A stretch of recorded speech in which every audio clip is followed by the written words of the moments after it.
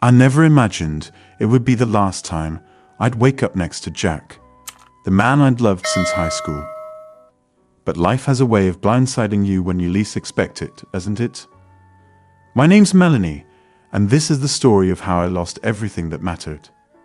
I remember that morning so vividly.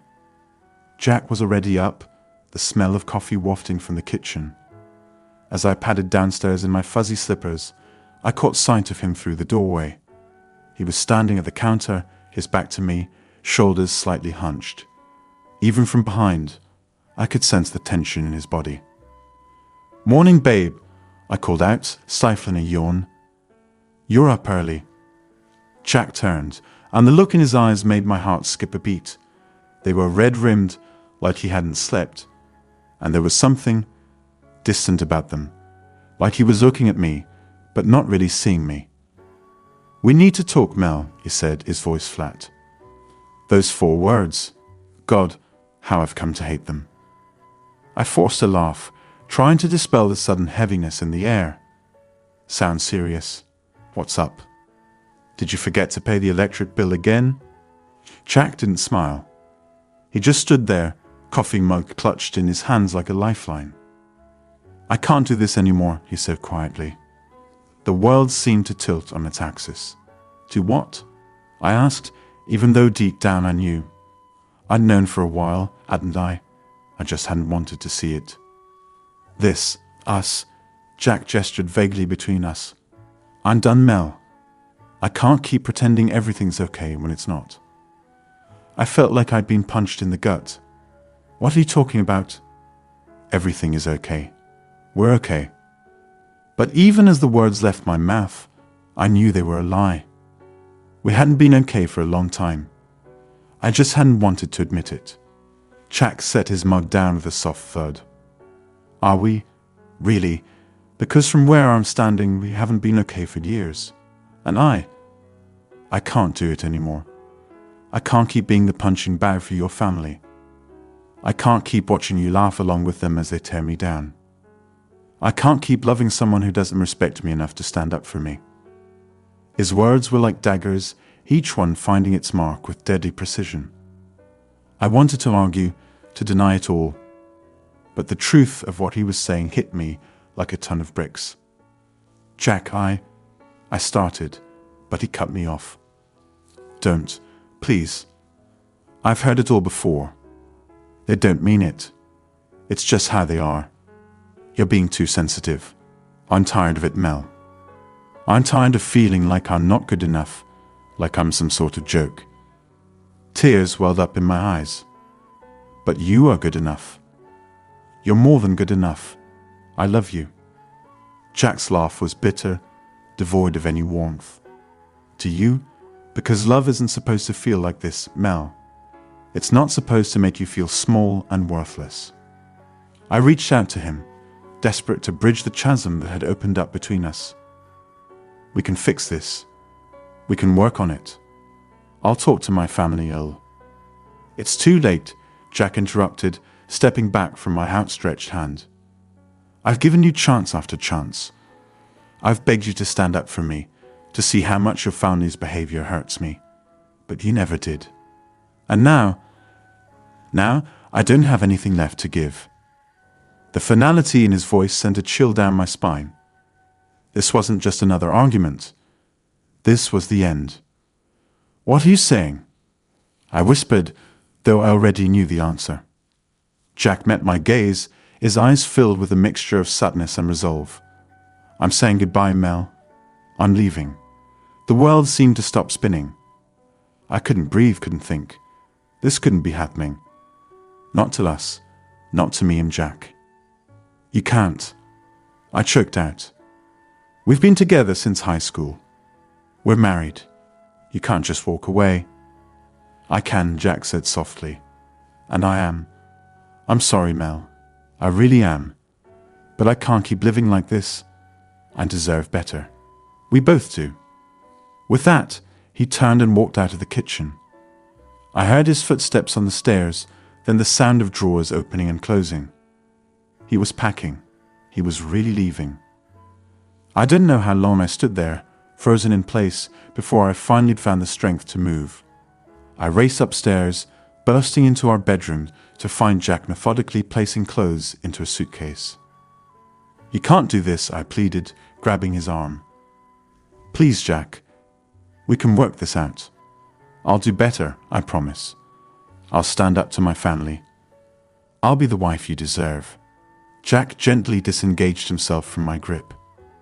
"I wish I could believe that, Mel. But we both know it's not true. You've had years to stand up to your family, to show me that I matter to you, but you never did. And now it's too late." "It's not too late," I insisted, desperation clawing at my throat. "It's never too late. We love each other. That has to count for something." Jack paused in his packing, his shoulders sagging. When he turned to face me, there were tears in his eyes.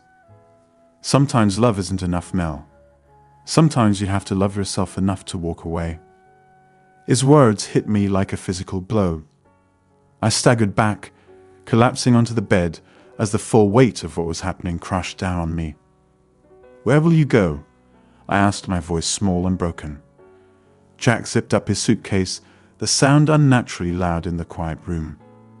"I'm going to stay with Sarah for a while." Sarah, our new neighbor, the pretty blonde who'd moved in next door a few months ago. The one who always seemed to be around when Jack was working in the yard. The one who looked at him with admiration in her eyes, not mockery. A fresh wave of pain washed over me. Are you leaving me for her?" Jack shook his head. "No, it's not like that. Sarah's just a friend. She offered me a place to stay while I figure things out. That's all." But even as he said it, I could see the lie in his eyes. Maybe nothing had happened between them yet, but it would. I knew it with a certainty that made me feel sick. "Please," I whispered one last time. "Please don't go." Jack looked at me for a long moment, and I saw a flicker of something in his eyes. Regret, longing. For a breathless second, I thought he might change his mind. But then he picked up his suitcase, and the moment passed. "I'm sorry, Mel. I really am. But this is goodbye." And just like that, he was gone. The sound of the front door closing echoed through the house like a gunshot, leaving behind a silence so profound it felt like it might swallow me whole. I don't know how long I sat there on our bed. My bed now, I suppose, staring at the empty space where Jack used to be. Minutes, hours, time seemed to have lost all meaning. It was the shrill ring of my phone that finally snapped me out of my daze. I fumbled for it, a spark of hope flaring in my chest. Maybe it was Jack. Maybe he'd changed his mind. But it wasn't Jack. It was my mother. "Melanie, are you there? Why aren't you answering your door?" I blinked, confused. "What? Mom, what are you talking about?" "I'm outside your house, sweetheart. I've been knocking for 10 minutes. Is everything okay?" No, I wanted to scream.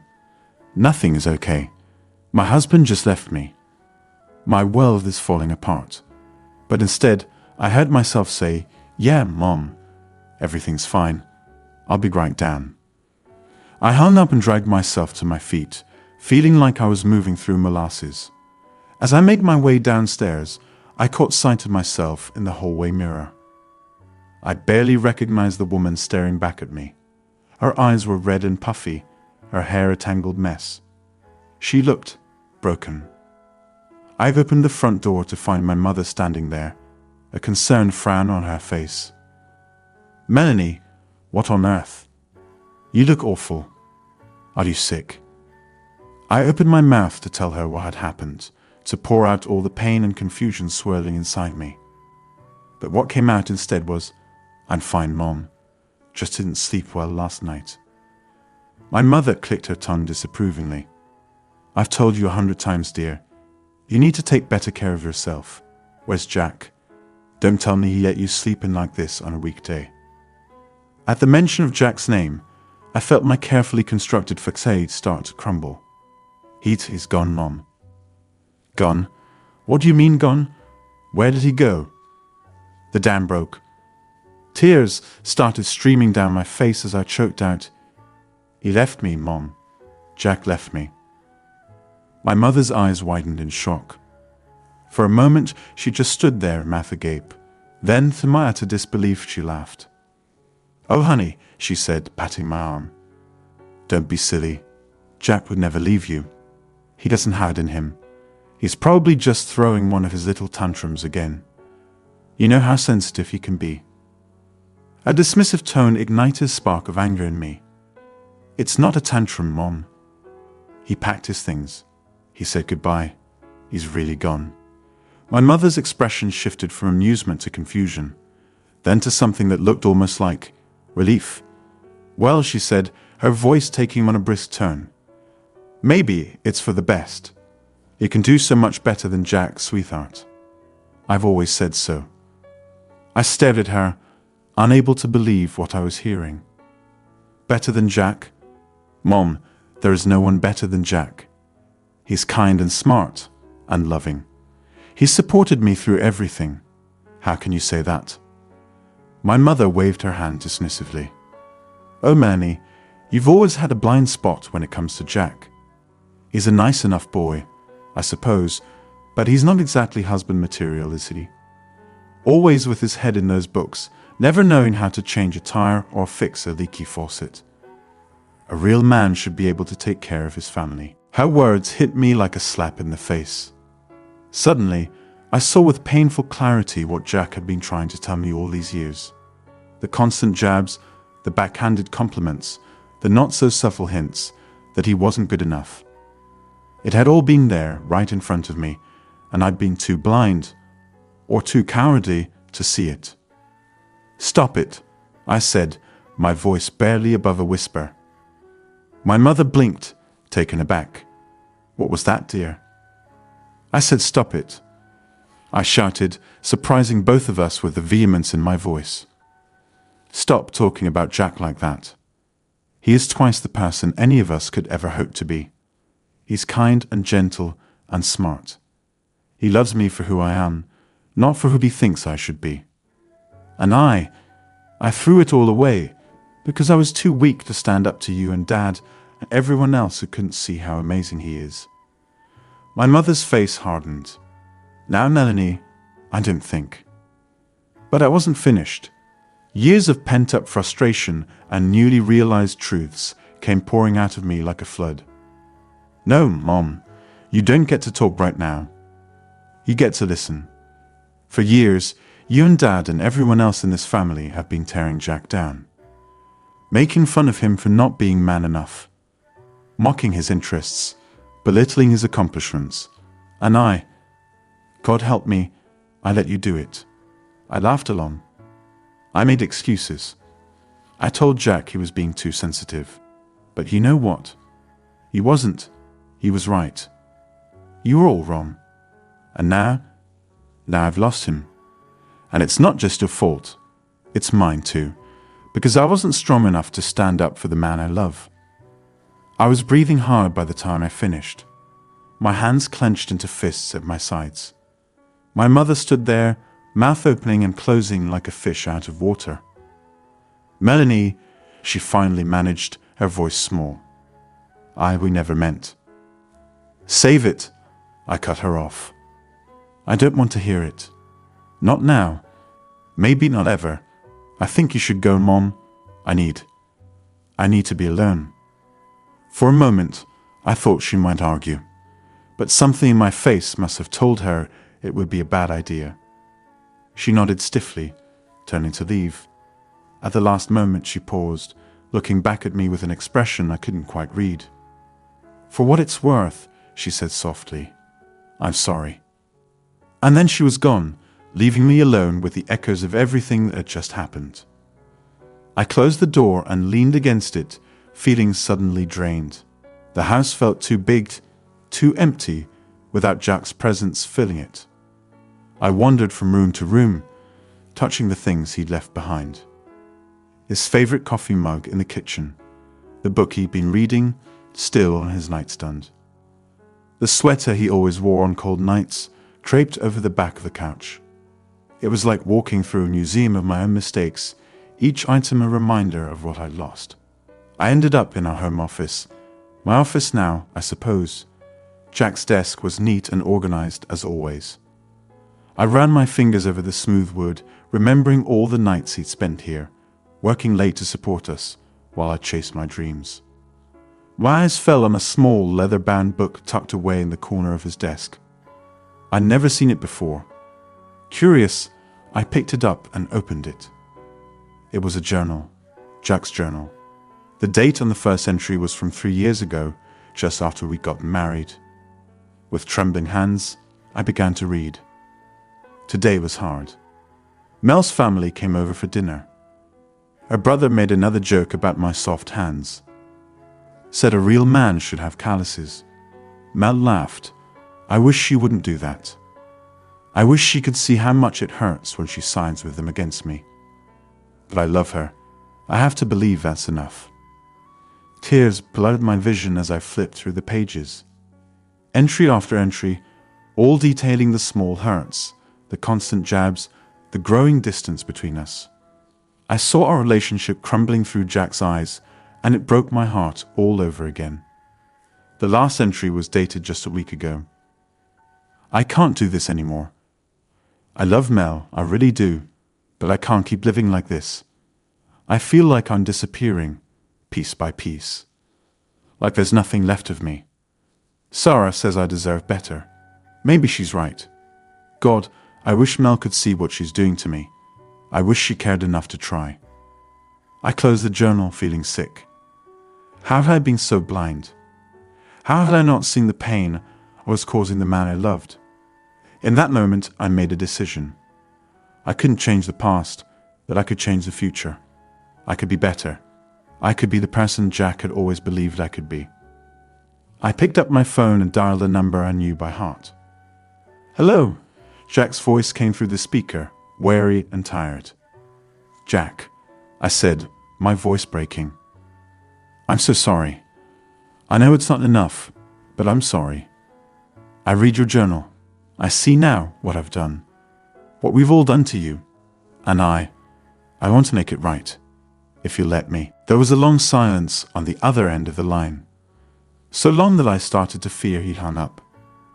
But then finally he spoke. It's not that simple, Mel, he said softly. You can't just say sorry and expect everything to be okay. I know, I replied, wiping away tears. I know it's not that simple, but I want to try. I want to be better. For you, for us, if there's still an us to fight for. Another long pause. I held my breath, my heart pounding. Mel, Jack's voice was soft, almost hesitant. I don't know if there's an us left to fight for. A lot has happened, and words, well, they're just words until they're backed up by actions. I felt my heart constrict, but I pushed on. I understand. I do. And I know I don't deserve another chance. But Jack, I love you. I love you more than I've ever loved anyone or anything in this world. And I'm willing to do whatever it takes to prove that to you. There was a rustling sound on the other end of the line, and I imagined Jack running his hand through his hair, a habit he had when he was stressed or thinking hard. What about your family? He asked finally. They're a big part of why we're here, Mel. I can't. I won't go back to being their punching bag. I took a deep breath. I know, and I wouldn't ask you to. In fact, I just told my mother off. I told her how wrong they've all been about you, how amazing you are, and how I've been a coward for not standing up for you. You did. The surprise in Jack's voice was palpable. I did, I confirmed, and that's just the start. I'm done letting them treat you. Treat us like that. If they can't respect you, respect us, then they don't get to be a part of our lives. It's as simple as that. There was a long pause, and when Jack spoke again, his voice was thick with emotion. Mel, I don't know what to say. You don't have to say anything, I said quickly. I know words aren't enough. I know I have a lot to prove. But I'm asking, no, I'm begging for the chance to do that. To show you that I can be the partner you deserve. Another pause, this one stretching out so long, I feared the call had dropped. Then finally, Jack spoke. "Okay," he said softly. "Okay, Mel. I can't promise anything, but I'm willing to try. To give us, one last chance." Relief washed over me like a tidal wave. "Thank you," I whispered, tears streaming down my face. "Thank you, Jack. I promise I won't let you down. Not this time." "I hope not," he replied, his voice a mixture of hope and worriness. "Because this is it, Mel. This is our last chance, if things don't change." "They will," I assured him fervently. "They already have. I swear to you, Jack, things will be different." We talked for a while longer, making plans to meet the next day to really hash things out.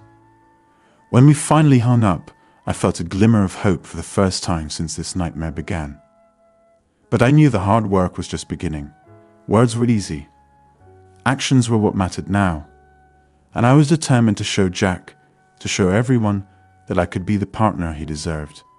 The next few weeks were a whirlwind of change and challenges. True to my word, I stood up to my family. It wasn't easy. There were tears, shouting matches, and more than one door slammed in my face. But I stood my ground. I'll never forget the look on my father's face when I told him in no uncertain terms that his behavior towards Jack was unacceptable. "Now listen here, young lady," he blustered, his face turning an alarming shade of red. "I've put up with a lot from that boy, but—" "No, Dad," I cut him off, my voice firm. "You listen, Jack is not a boy. He's a man. A good man. A man who has loved me and supported me in ways you can't even imagine. And if you can't see that, if you can't respect him and treat him with the dignity he deserves, then you don't get to be a part of our lives. It's as simple as that." My father had gaped at me, clearly unused to being spoken to in such a manner. "You'd choose him over your own family?" he'd asked incredulously. In a heartbeat, I'd replied without hesitation, "Because Jack is my family. He's the family I chose. And it's about time I started acting like it." It wasn't just my family I had to confront. I had to confront myself too. Years of ingrained behaviors and thought patterns don't change overnight. I found myself in therapy, working through my own issues and insecurities, learning how to be a better partner, a better person. Jack and I started couples counseling too. It was hard, facing up to all the ways we'd hurt each other over the years. There were sessions where we left feeling raw and exhausted, barely able to look at each other. Slowly, gradually, we started to heal. We had to relearn how to communicate, how to truly listen to each other. I had to learn how to stand up for Jack, not just to my family, but to anyone who tried to belittle him. And Jack had to learn how to trust me again. There were setbacks, of course. Moments where old habits resurfaced, where hurtful words were spoken in the heat of anger. But we kept working at it, kept fighting for us. One of the hardest moments came about 2 months into our reconciliation. We were at a neighborhood barbecue, our first real social outing since getting back together. Things had been going well, the afternoon filled with laughter and easy conversation. Then Bill from down the street had one too many beers and started in on Jack. "So Jackie boy," he'd slurred, throwing an arm around Jack's shoulders. "When are you gonna man up and learn how to use a grill? Can't have your little woman doing all the cooking, can we?" I saw Jack stiffen, saw a flash of hurt in his eyes before he masked it with a forced smile. And in that moment I knew. This was it. This was my chance to prove that things really had changed. "Actually, Bill," I said, my voice carrying across the backyard, "Jack's an amazing cook. He makes a mean stir-fry that would put any of your grilled meat to shame.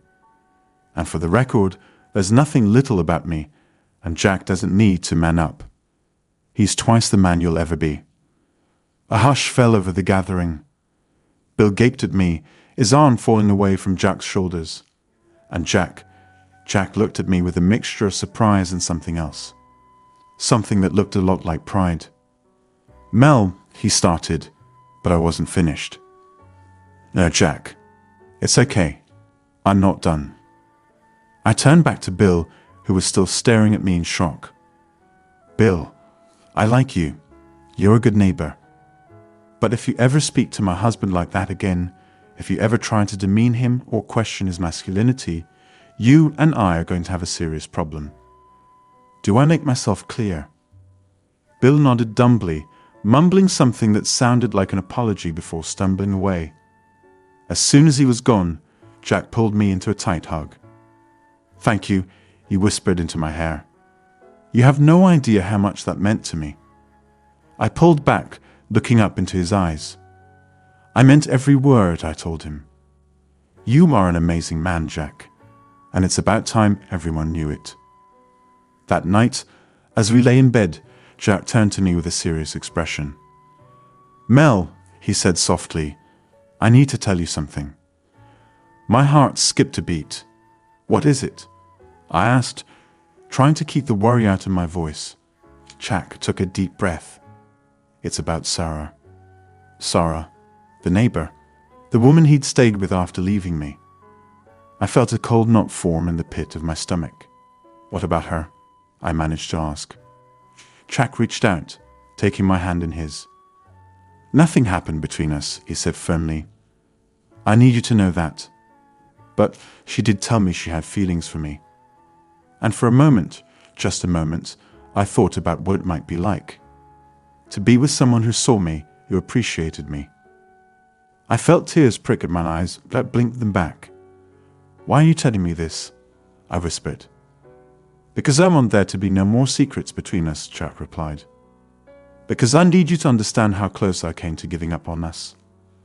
And because I need you to know that even in that moment, even when I was hurt and angry and feeling more alone than I ever had, I still loved you.